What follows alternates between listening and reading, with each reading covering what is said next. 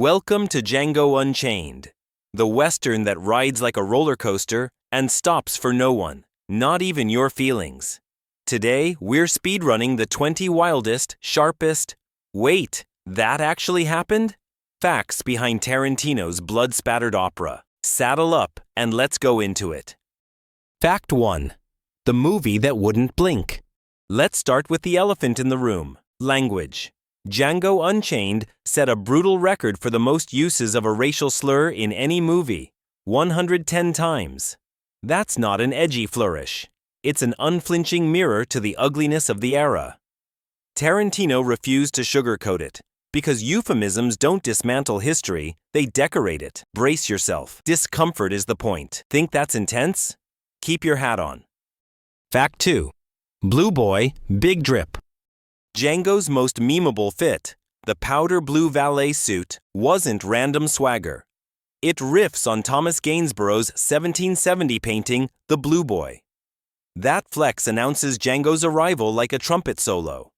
His hat nods to Bonanza. They even brought in the original show's hat maker. And those shades? Modeled after Charles Bronson in The White Buffalo. Historically accurate? Not even close. Stylish? So bright you need, well, shades. Fact 3. Calvin Candy, Southern Gothic in human form. Calvin Candy isn't just a bad guy, he's a thesis statement in human rot, symbolized by his disgusting teeth. It's poetic and viciously funny that the man who ultimately checks him is Dr. King Schultz, a bounty hunter and former dentist, moral dentistry if you will. Tarantino himself admitted he detested Candy, but his favorite line in his entire filmography comes from Candy's dinner table tirade.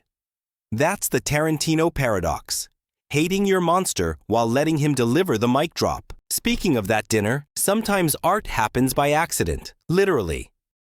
Fact 4. The glass, the blood, the take. When DiCaprio slams his hand on the table and keeps acting through the blood, that wasn't planned. He actually crushed a glass, tore his hand open, and never broke character. Method, madness, movie magic. Result, the scene you can't forget. Fact 5. Do we have to go this far?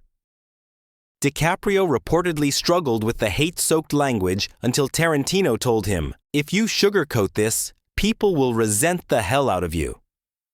Samuel L. Jackson backed it up with a no-nonsense nudge. For black actors, hearing that language on set isn't a shocking Tuesday. It's an echo of lived history. Leo went all in, and the film got the honesty it needed. Fact 6. A dentist with a code. Christoph Waltz initially passed on Schultz because the character felt uncomfortably close to his own personality. Tarantino persisted. Waltz accepted on one condition: Schultz must remain pure-hearted, no morally slimy detours. Tarantino sent a handwritten "of course" in return. Result: a hero with a spine of steel and the manners of a Viennese gentleman gunfighter. Now imagine a different Django. Fact 7. The Django who wasn't. Before Jamie Foxx holstered the role, the shortlist read like the BET Hip Hop Awards seating chart: Will Smith, Idris Elba, Chris Tucker, Terrence Howard, Michael K. Williams, Tyrese. Names, names, names. Tarantino actually wrote it with Will Smith in mind. Smith declined, depending on the day, because he didn't think Django was the lead, or because he read it as a revenge story when he wanted a love story. Either way, Fox strapped in and never looked back. Fact 8. The Tarantino multiverse. Easter eggs? More like Fabergé grenades. In Kill Bill Volume 2, the grave Beatrix digs out of belongs to Paula A. Schultz, possibly Dr. King's late spouse, and a wanted poster names Crazy Craig Coons, an ancestor of Pulp Fiction's Captain Coons. Tarantino's worlds don't just rhyme, they pass family heirlooms. Fact 9. Longest shoot, biggest budget. Django Unchained shot for about 130 days, Tarantino's longest production, and cost around $100 million. his priciest film up to that point. That money's on the screen.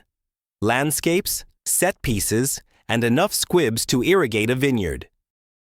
Fact 10. When Django became the Hateful Eight. Tarantino first drafted a wintry follow-up literally titled Django in White Hell, opening with a stagecoach in a blizzard. Sound familiar? As the story grew meaner and murkier, he realized Django's moral clarity would unbalance the ensemble, so Django stepped aside, and Major Marquis Warren rode in. Same blizzard, different compass. Fact 11. The Deleted Duel. Django vs. Steven. Two scorched earth scenes between Django and Steven hit the cutting room floor. In one, Django humiliates Steven with a water bowl and a boot, a spark that fuels Steven's vengeance. Later, after Django's captured, Steven returns the favor in a way so brutal, even describing it feels R-rated. Tarantino trimmed it, and honestly, our nightmares thank him. Fact 12. No top billing, last villain? This was DiCaprio's first film in 16 years without top billing, and to date, his last pure villain on screen. If you've got to go out as a plantation peacock with a plantation's worth of sins. He did. We're still recovering. Fact 13. The original Django tips his hat. Franco Nero, the man who was Django in the 1966 original, shows up as the barroom slave owner who asks Fox's Django about his name. The D is silent, I know. That exchange hits different when you realize it's a baton pass across 5 decades.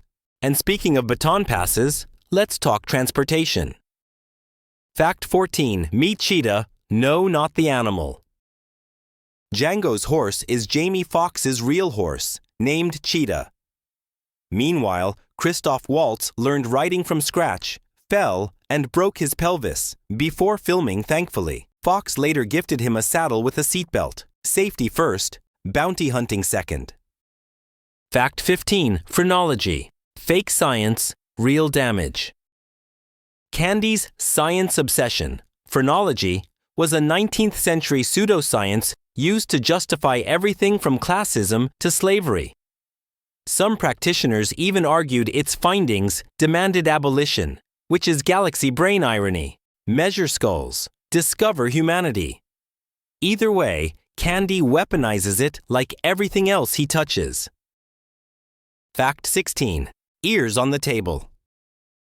Look closely in the final poker scene. Those aren't chips, they're severed ears. Tarantino turns background dressing into a gut punch. History's quiet atrocities are often just sitting there.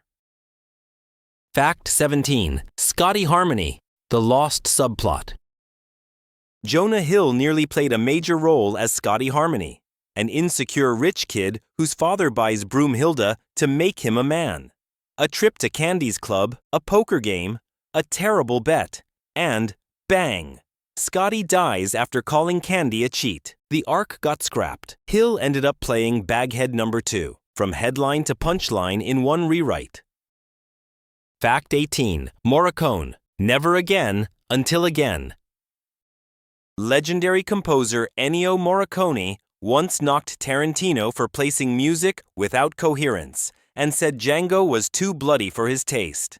And yet, fences mended, The Hateful Eight happened, and Morricone walked away with his first competitive Oscar.